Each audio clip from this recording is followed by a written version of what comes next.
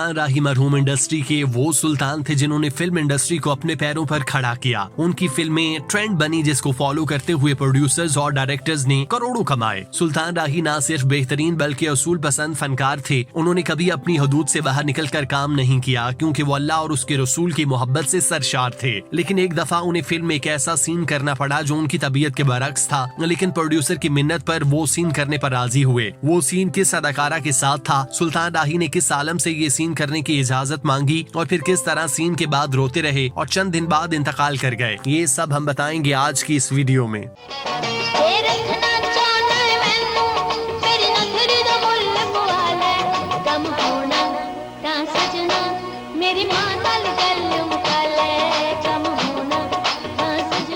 ये वाकया फिल्म काला राज के मुतालिक है जिसमें सुल्तान राही हीरो थे। उनके मद्दे मुकाबिल साइमा नूर हीरोइन का किरदार अदा कर रही थीं। हुमायूं कुरैशी उस फिल्म के विलन थे और शफकत चीमा, रीमा, नरगिस, बहार बेगम और रैम्बो उस फिल्म की कास्ट थे। उस फिल्म के राइटर नासिर अदीब थे जिनके बारे में कहा जाता है कि खुदा के बाद उन्होंने सुल्तान राही को सुल्तान राही बनाया तो गलत ना होगा क्योंकि उन्होंने उनके लिए लातादाद फिल्में लिखी। फैज मलिक उस फिल्म को डायरेक्ट कर रहे थे। वाकया कुछ यूं है कि फिल्म काला राज के स्क्रिप्ट में एक बोल्ड गाना था जिसके अल्फाज जुमानी थे, जबकि साइमा नूर का लिबास भी काबिल एतराज था। डायरेक्टर ने सुल्तान राही को गाने के लिए कहा जिस पर सुल्तान राही ने एतराज किया और इस तरह के फौहश सीन के साथ गाना रिकॉर्ड करवाने से इनकार किया और कहा कि मैं इस तरह का कोई काम नहीं करूंगा, जिस पर डायरेक्टर ने उनकी मिन्नत करके कहा कि इस फिल्म के साथ सैकड़ों लोगों का रोजगार जुड़ा है, बहुत बड़ी कास्ट है और प्रोड्यूसर ने बहुत सरमाया लगाया है जो डूब जाएगा। अगर ये गाना ना किया तो फिल्म नहीं चलेगी, जिससे सैकड़ों चूल्हे बंद हो जाएंगे। सुल्तान राही ने मौलाना तारिक जमील से मुलाकात की और उनको पूरा वाकया बताया, किस तरह डायरेक्टर ने ऐसा काम करने का कहा जिसको करने को दिल नहीं मानता, आप बताएं मैं क्या करूं।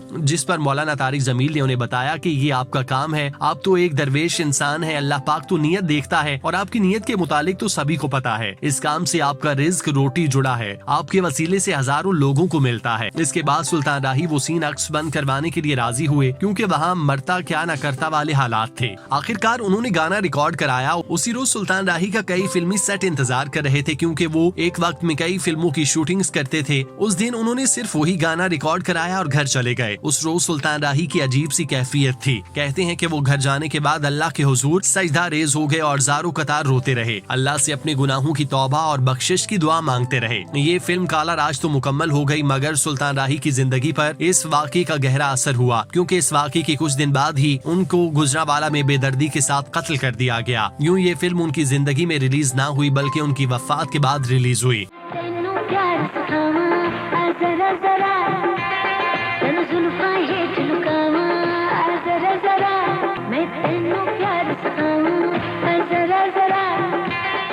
सुल्तान राही ने अपने फनी सफर का आगाज एक एक्स्ट्रा के तौर पर किया। सुल्तान राही की अव्वलीन फिल्म हातम ताई थी मगर सुल्तान राही लगन के सच्चे थे और उन्होंने ऐसे किरदार भी किए कि फकत एक लाठी थामे खड़े हैं, जबकि बोलने के लिए पूरी फिल्म में एक मकालमा तक नहीं दिया गया। अलबत्ता फिल्म सहेली जो कि अजीम हिदायतकार SM यूसुफ की तख्लीक थी, उसमें सुल्तान राही ने एक वकील का किरदार किया, जबकि शबाब किरानवी की एक फिल्म इंसानियत में एक कैंसर के मरीज का किरदार भी बखूबी अदा किया। इकबाल कश्मीरी की एक फिल्म बाबुल में एक शरीफ बदमाश किस्म का साइड रोल था, जबकि सुल्तान राही की यही शनाख्त बना। फिल्म बशीरा एक ऐसी फिल्म थी जिसने सुल्तान राही को पाकिस्तान फिल्म इंडस्ट्री का सुल्तान बनाया। 1978 में उनकी एक और फिल्म मौला जट रिलीज हुई। ये फिल्म वैशी जट का पार्ट 2 थी। ये फिल्म जब भी सिनेमा घरों में रिलीज होती है तो नई फिल्मों से ज्यादा बिजनेस करती, जबकि मौला जट सीरियल्स की film Maula Jatt in London तैयार हुई। ये फिल्म मौला जट पार्ट 3 थी, जबकि ये फिल्म कामयाब तरीन फिल्म थी। इसके बाद इसी सीरीज की एक और film the legend of Maula Jatt हाल ही में रिलीज हुई, जिसको भी नासिर अदीब ने लिखा। ये पाकिस्तान की अब तक की सबसे बड़े बजट की फिल्म है जिसने पूरी दुनिया में बिजनेस के तमाम रिकॉर्ड तोड़े और पाकिस्तान की सबसे कामयाब फिल्म बनी। ये फिल्म अब तक पूरी दुनिया से 240 करोड़ से ज्यादा का बिजनेस कर चुकी। सुल्तान राही पाकिस्तान के सबसे बड़े हीरो थे।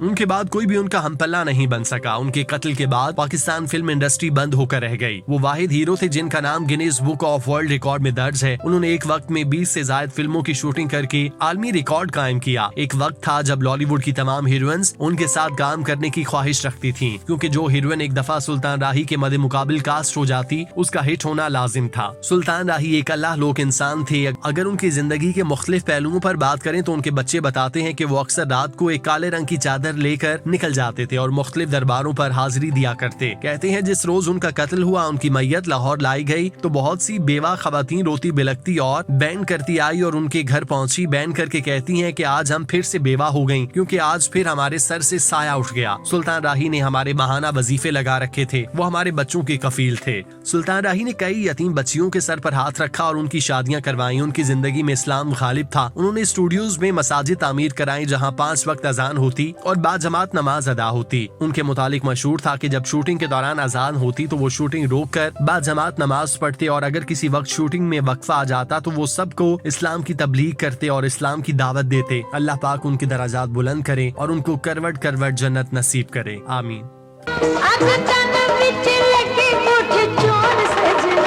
दस दिल वाले वक्त के में हूं सजना, दस दिल वाले